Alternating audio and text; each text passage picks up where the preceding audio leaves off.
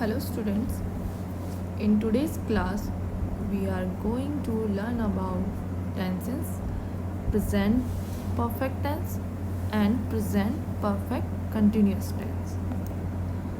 What is present perfect tense? The present perfect tense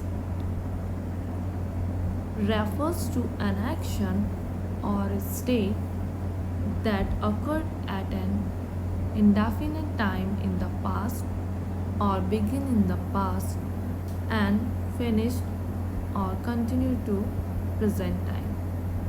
simply जो present tense जो होगा उसमें कोई भी एक्शन या कोई भी स्टेट वो किसी भी अनिश्चित टाइम में पास्ट में बिगिन हो गई है, स्टार्ट हो गया है वो कार्य, लेकिन फिनिश कब होगा या कंटिन्यू है वो प्रेजेंट में होगा, यानी वो फिनिश हो चुका है प्रेजेंट टाइम तक और या फिर कंटिन्यू रहे उस टाइम में। जैसे कि कोई भी कार्य है वो समाप्त हो गया या पूर्ण हो चुका है, एक तो ये चीज़ ये टेंस बताएगा। दूसरा, ऐसे भी कुछ कार्य या फिर ऐसे वाक्य जिनसे ये हमें मालूम चल रहा है कि जो कार्य है, कोई भी एक्शन है वो अभी अभी जस्ट फिनिश हुआ है, अभी जस्ट समाप्त हुआ है, उसका भी हमें इससे पता चलता है। दूसरी तरफ ये टेंस ये भी बताता है कि जो क्रिया है वो पूरी हो चुकी है, लेकिन ये नहीं बताएगा कि जो क्रिया जो कार्य है वो किस समय या कब समाप्त हुआ है। अब जो फॉर्म है प्रेजेंट परफेक्ट टेंस की, उनको देखते हैं क्या क्या फॉर्म है, कैसे है।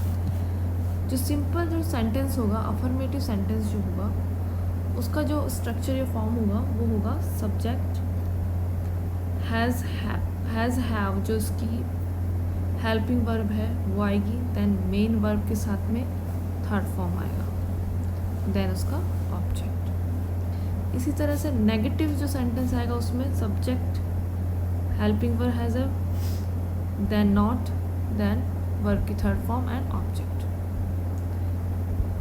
इसी तरह से जो इंटेरोगेटिव सेंटेंस है उसका स्ट्रक्चर फॉर्म क्या होगा, हेल्पिंग वर्ब पहले आ जाएगी has have, then subject, then verb का third form and object.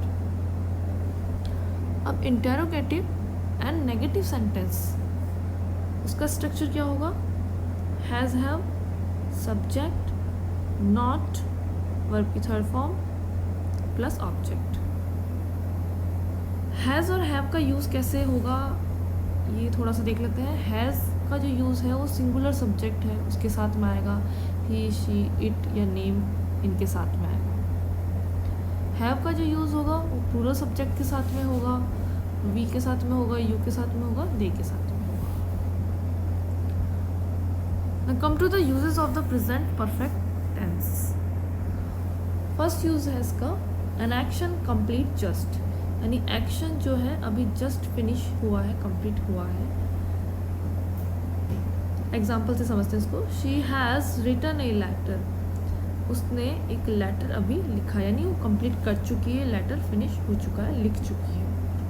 I have just bought a pen, मैंने जस्ट अभी पेन खरीदा है, यानी खरीदने का जो काम है पेन का वो हो चुका है, उसने बॉट कर लिया है उसको। नेक्स्ट यूज़ है an action complete in recent past and has its effect in present, अभी जो एक्शन जो है वो कंप्लीट हुआ है अभी जस्ट पास्ट में, लेकिन उसका जो इफेक्ट है वो प्रेजेंट में भी दिख रहा है।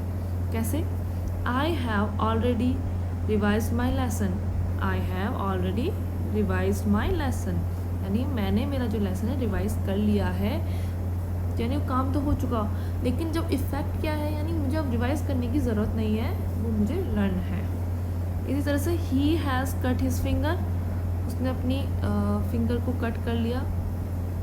तो कट करने का जो एक्शन है वो तो हो गया रिसेंट पास्ट में, जस्ट रिसेंट पास्ट में, लेकिन उसका प्रेजेंट में इफेक्ट क्या है, कट होने से अब वहाँ से खून बह रहा है। नेक्स्ट यूज़ है an action begin in the past and continue in present time, कोई भी एक्शन पास्ट में तो स्टार्ट हुआ है एंड कंटिन्यू प्रेजेंट टाइम में कंटिन्यू है। और फिर इसके साथ में क्या आएगा, यूज़ ऑफ सिंस और फॉर अकॉर्डिंग टू रिक्वायरमेंट. कैसे, she has lived in this house since 1999. वो इस हाउस में कब से रह रही है, सिंस 1999 से. He has taught in this college for 5 years. वो 5 years इस कॉलेज में पढ़ा रहा है. फॉर और जो सिंस का यूज़ है वो कैसे होगा, फॉर का जो यूज़ है वो किसके साथ में होगा, तो जो फॉर का यूज़ होता है with the period of time, not fixed, यानी टाइम जो है फिक्स्ड नहीं होगा. इसी तरह जो सिंस का जो यूज़ है वो use with point of time के साथ में होगा फॉर फिक्स्ड टाइम, यहाँ पे टाइम फिक्स्ड होगा. जैसे कि फॉर का यूज़ हम करते हैं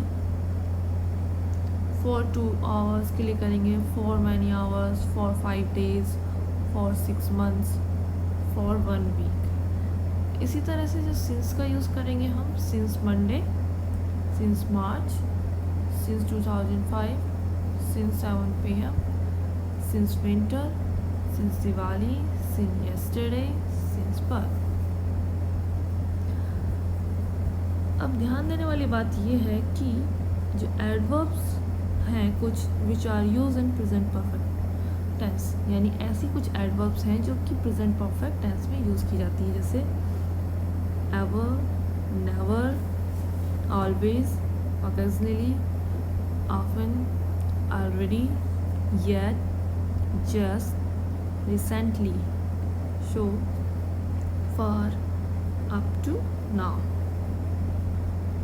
Now come to the next tense, present perfect continuous tense. Present perfect continuous tense होता क्या है, इसको इस स्ट्रक्चर से समझते हैं. An action started in the past, यानी पास्ट में कोई एक्शन क्या हुआ, स्टार्ट हुआ. अब क्या हुआ, ये जो एक्शन स्टार्ट हुआ है, same action has continue up to present moment, present moment में भी कंटिन्यू है. देन यही एक्शन जो है आगे, same action will continue in future, future में भी वो कंटिन्यू रहेगा. इसकी फॉर्म्स देख लेते हैं, forms of present perfect continuous tense की. अफर्मेटिव जो सेंटेंस है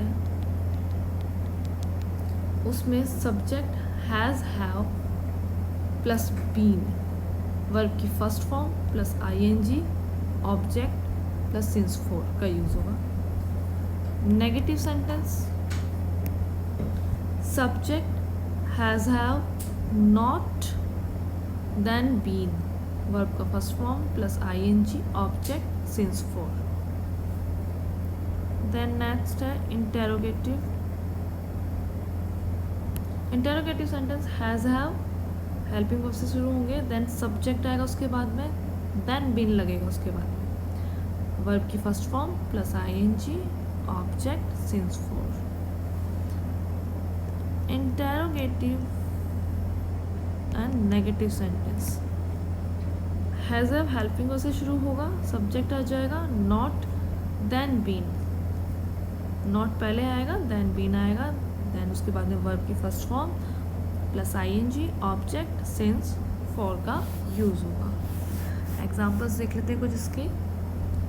she has been reading a novel since morning, subject हो गया she has been reading a novel, इसका हेल्पिंग वर्ब हो गया एंड मेन वर्ब के साथ में ing लग गया, and A novel since morning, यानी वो सुबह से एक नावल पढ़ रही है. सिंस क्यों लगा यहाँ पे, क्योंकि मॉर्निंग जो है एक फिक्स्ड टाइम को इंडिकेट करता है. It has not been raining since last Friday. I have been teaching in school for 5 years. For का यूज़ क्यों है 5 years के लिए, because this is not fixed time.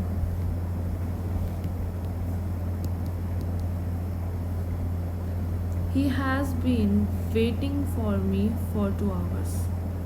तो 4 का यूज़ हुआ है 2 hours के लिए. इस तरह से ये प्रेजेंट परफेक्ट टेंस कंप्लीट हुआ है एंड प्रेजेंट परफेक्ट कंटिन्यूस.